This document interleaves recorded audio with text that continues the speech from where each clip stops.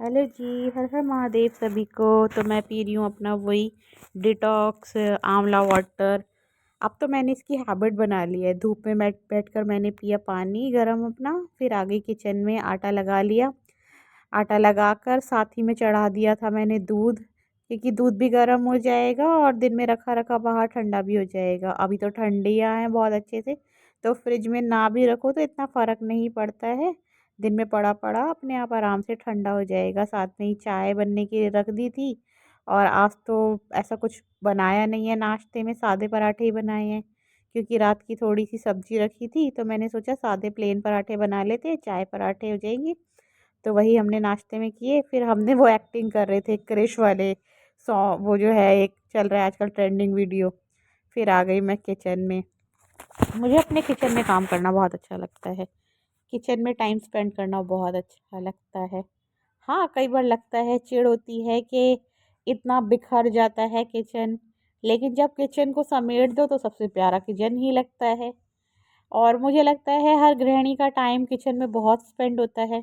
Actually मुझे cooking करना बहुत पसंद है, तो मुझे मेरा किचन बहुत अच्छा लगता है। और मुझे किचन के लिए चीज़ें लेना बहुत अच्छा लगता है। जैसे मैं मार्केट जाती हूँ, मुझे कुछ भी अच्छा लगता है मैं ले लेती हूँ। और कई बार तो मैं लेकर आकर घर पर रिग्रेट करती हूँ कि अब मैं रखूँगी कहाँ इन सब चीज़ों को। ये अब बैग देख रहे हो, ये छोटा सा, ये मैंने नूर से छीना था। उसके बाद मैंने किचन को खूब अच्छे से साफ़ किया, अपना किचन विचन ऊपर से पूरा समेट लिया। किचन में आज कील टूट गई थी ये बैग लटकाने वाली, तो उसको ठीक किया, पहले लगाया, नई कील लगाई। उसके बाद थोड़ा सा डिश वॉशर डाल के वही धो दिया अच्छे से। इसको पोछा लगा के सुखा दूँगी। हाँ, सर्दियाँ हो रही है, लेकिन थोड़ी देर में बाहर हॉल का फ़ैन चला देती हूँ, तो किचन बहुत अच्छे से सूख जाता है। तब तक बाकी काम करो तो किचन बहुत अच्छे से सूख के अच्छा लगने लगता है। और अब आप किचन को बताइए, सुखाकर आपके। घर का बाकी काम देख लूँगी, लेकिन हाँ, पहले किचन को अच्छे से कर लिया है, समेट लिया है। अब थोड़ा बेड वेड समेटा, आ गई हॉल में, झाड़ू सारा समेट दिया, घर सब कुछ समेट दिया। अब हॉल की सफाई कर दूंगी, झाड़ू लगा दूंगी। दरवाजे के बाहर की झाड़ू मैंने सुबह ही लगा दी थी। घर की भी वैसे थोड़ी सी रफ सी झाड़ू मैं सुबह सुबह ही लगा देती हूँ। अब अच्छे से डीप क्लीनिंग करने के लिए ये मैं बाद में झाड़ू लगाऊंगी। झाड़ू पोछा किचन विचन सब करती हूँ। और बाकी का तो मैं हल्का सा झाड़ू और दरवाजे के बाहर की झाड़ू बिल्कुल सुबह सुबह ही कर देती हूँ। सुबह सबसे पहला काम वही होता है। जितने पानी गर्म हो रहा है, हल्की सी वो एक फॉर्मेलिटी वाली झाड़ू लगा आती हूँ फटाफट से। और ये सब करते करते मेरी आदत है गाने सुनने की। पुराने गाने चल रहे हो और उसके बाद मुझे आप कितना भी काम दे दो, मेरे फेवरेट पुराने गाने चले और मैं काम करती रहूँ, मुझे कोई फ़र्क नहीं पड़ता। बस ये है कि गाने सुनती रहूँ। फिर चली गई थी मैं ट्यूशन, वहाँ जाके की कुछ मस्ती।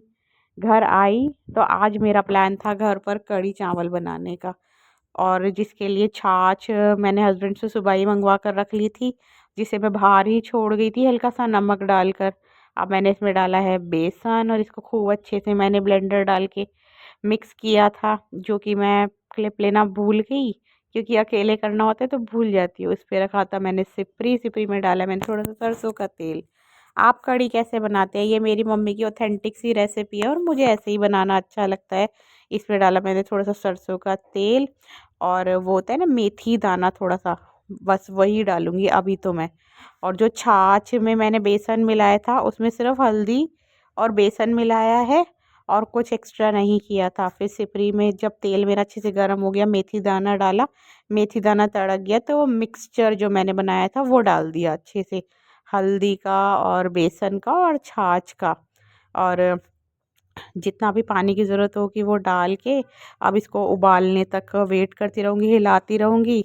उतना ही अदरक लहसुन हरी मिर्ची कूट दी थी मैंने, और वो डाल दी, मिक्स कर दी उसमें। अब वो उसमें उबाल आ गया, उसको छोड़ दिया है। पकौड़े बनाने की तैयारी कर ली थी।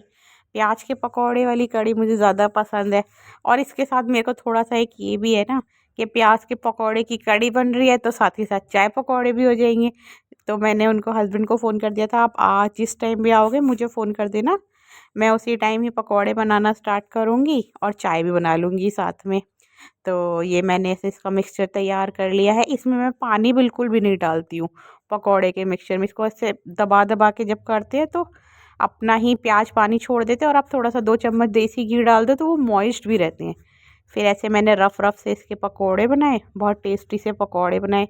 उसमें मैंने कूट के धनिया डाला था, साबुत वाला धनिया होता है ना वो।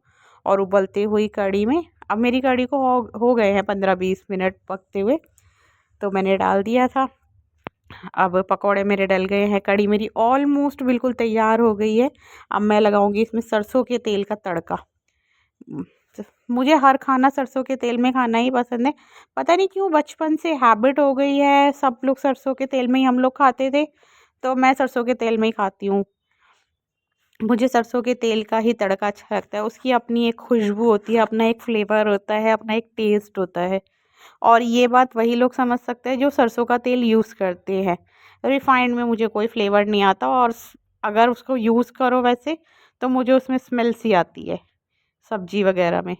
इसमें मैंने तड़के में लाल मिर्ची, जीरा, राई और थोड़ा सा कटा हुआ प्याज लिया है और लगा दिया उसका और तड़का। उसके बाद हस्बैंड जी ने मना कर दिया था कि चावल खाने का मन नहीं है, ठंड बहुत हो रही है, तो फिर रोटी ही बनाई थी।